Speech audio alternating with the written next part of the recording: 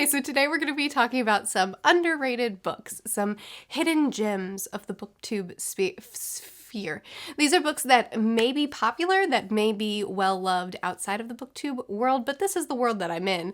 So books that I don't see talked about a lot here that you maybe haven't seen recommended a lot if you watch booktube, which you're watching me, so maybe? I have 12 books to recommend to you today, and I have a lot of different genres, so hopefully you'll find something that interests you. Oh, and some of these books are books that if you've been hanging out with me for a while, you may recognize, and some are books that it doesn't matter how long you've been watching me, you have not heard, well, one, you have not heard this recommendation before.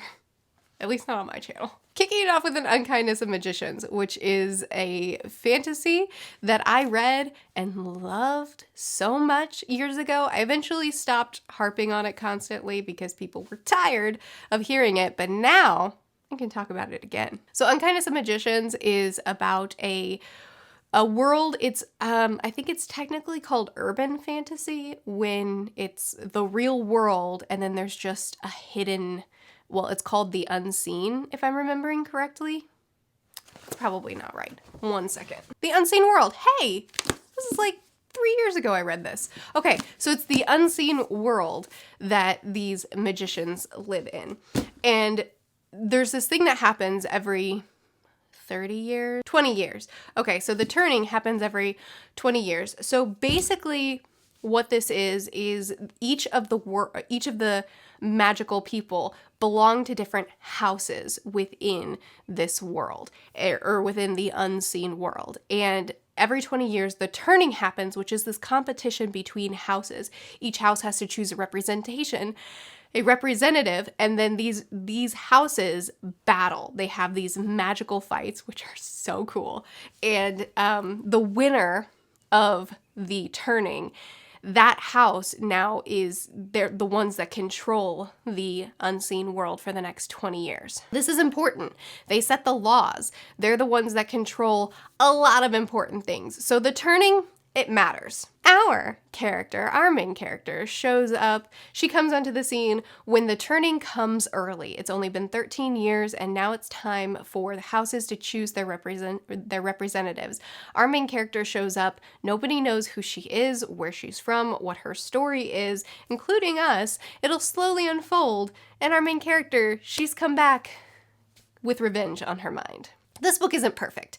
I could tell you the flaws in it as well as the good, but I think the good so heavily outweighs the bad. I love the way magic is done in this world. I love the way the author describes magic. It's kind of it's a soft magic system where we don't fully understand it, but the way she makes magic happen, the way the things the characters have to do in order to invoke magic is so fascinating to me. This world is dark. There's a lot of terrible things that happen behind the scenes that we understand slowly. And again, the magical battles, I really enjoyed them. Actually, book 2, I believe, is coming out really soon, unless I've already missed the publication of it. So I want to reread book 1 and read book 2 soon. I'm so excited. Next book on the list, I promise there's other genres here, but I'm just gonna dive in for the one that definitely nobody has heard me talk about yet because I'm still reading it.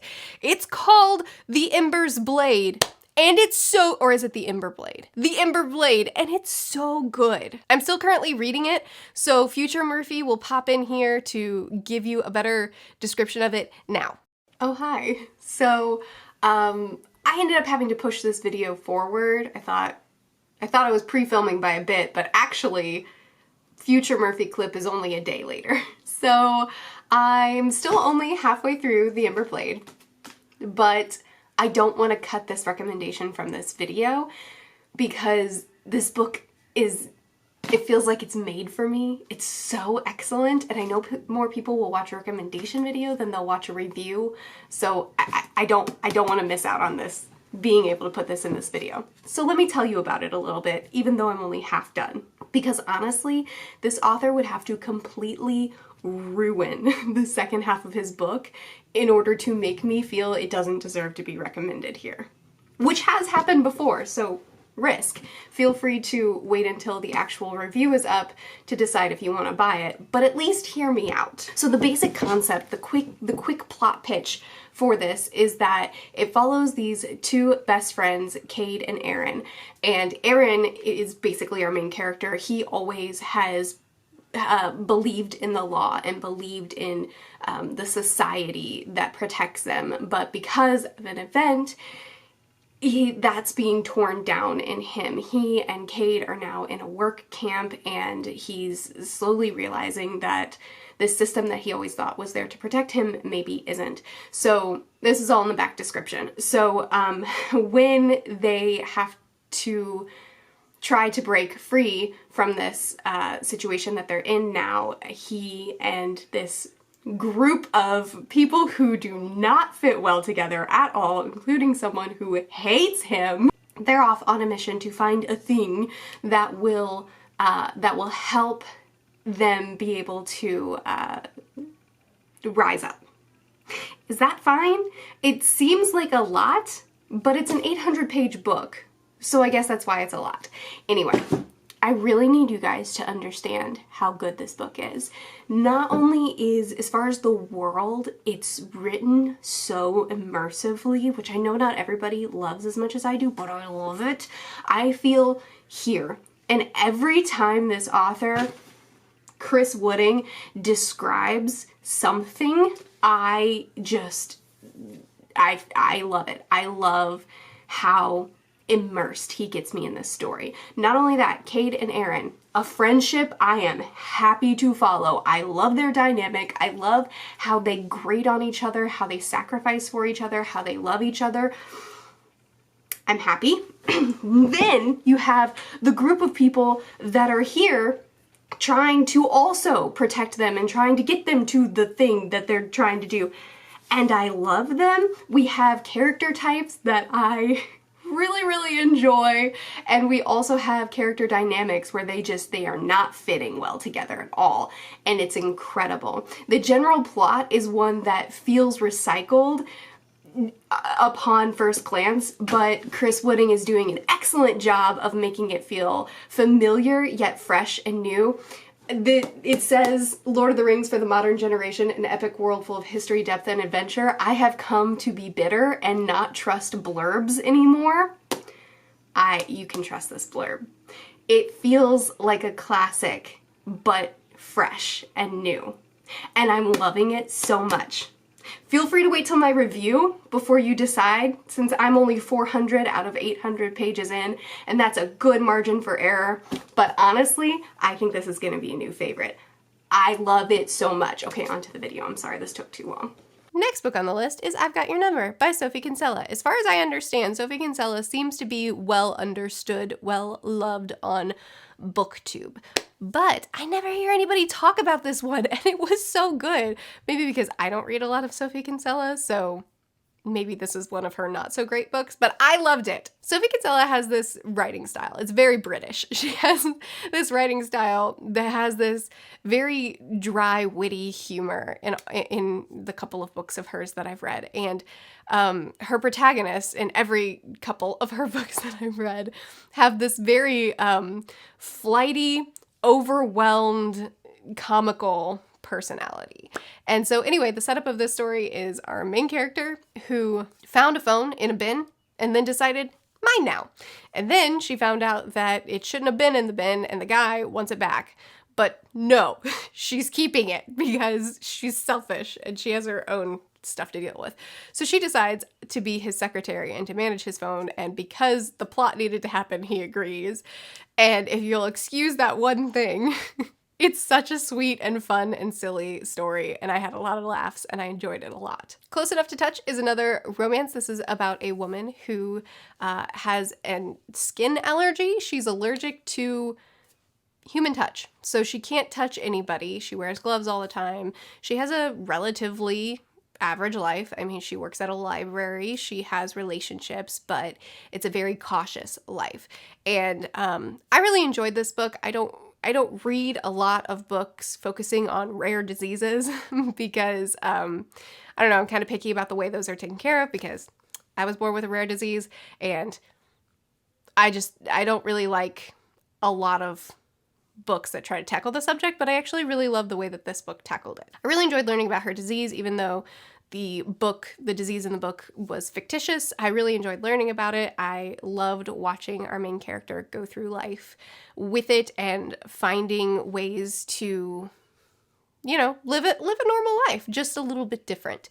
And it's also a romance, and I like the romance for the most part, so win. A Quiet Kind of Thunder, which is a YA contemporary. It's also a romance. It follows a girl who doesn't talk. I believe she has selective mutism. Is that what it's called? She's selectively mute, so she has a lot of social anxiety, and she can lose the ability to talk through that anxiety. I'm pretty sure that's what it was. I read this book several years ago. So she doesn't talk, and the love interest doesn't hear, and they find ways to communicate, and they learn sign language. I mean, I think he already knows sign language and she learns it. And it's just a really sweet story. I enjoyed it a lot. Michael Crichton. Still don't know how to say his name.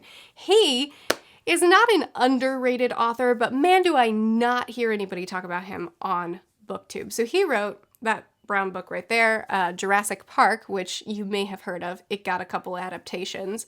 And I loved Jurassic Park. It's such a good book. But he also wrote Timeline, as well as a lot of other books that I have really high on my TBR. And just in general, I think that he's a phenomenal sci-fi author. He's a very slow build kind of author, so you get so steeped into the environment of what he's writing, which I adore. I always feel fully immersed in his books. And he does this slow build so that you fully understand the concepts that you're exploring with him, and then he just takes off. And it's a wild ride, and it's a fantastic ride, and I love his storytelling. I also love the way he writes sci-fi, because I really feel like I'm having a conversation with someone who wants to discuss a theory with me, rather than something that's kitschy or something that is dumbed down. It's just, I really love his books, and I don't, even though he's not an unpopular author, I don't see anybody talk about him here. The Vanishing Half is a literary fiction. It's about these two girls, these twin girls, who they were born and they grew up together, but then they split paths. One ends up back in her small southern town, and then one moves away and finds a different life, and they're separated. So this book has 4 perspectives, 2 of which are base 2 are these twin black women who grew up in this small southern town. They both went out. One ends up back in the small southern town, and one goes away, and the 2 sisters lose contact with each other. Then they both have daughters, and we have the perspectives of the 2 daughters as well. And everything eventually converges. I don't want to say much because it is such a twisty-weavy story that it feels too easy to accidentally spoil things. But it's one of those books where the different perspectives and timelines weave together in a way that I always find so satisfying. I enjoyed each of the women's individual journeys and what they went through and what they were learning and exploring in their different perspectives. I thought it was excellent. Letters to the Lost, which is an old favorite of mine. This is another young adult contemporary, and another romance. Wow! Look at me with my romance recommendations. One of our main characters, she is, her mom just passed away and she's dealing with grief. And the other main character comes from a really rough family. And we have good friendship dynamics as well as relationship dynamics, a great exploration of grief. There's just a lot going on with it that I really enjoyed reading a lot. I also read The Companion and enjoyed that a lot too. Still Alice, literary fiction. This is about a woman who gets an early diagnosis for Alzheimer's disease, and she hides it at first, and then eventually does show it to her family. We get to see her family's different reactions, as well as we're very close to her mind as she starts forgetting things, sometimes little things like, where did I put that? Sometimes really big things like, this is the same place I run every single day. I don't know my own city. I'm completely lost. I don't recognize anything around me.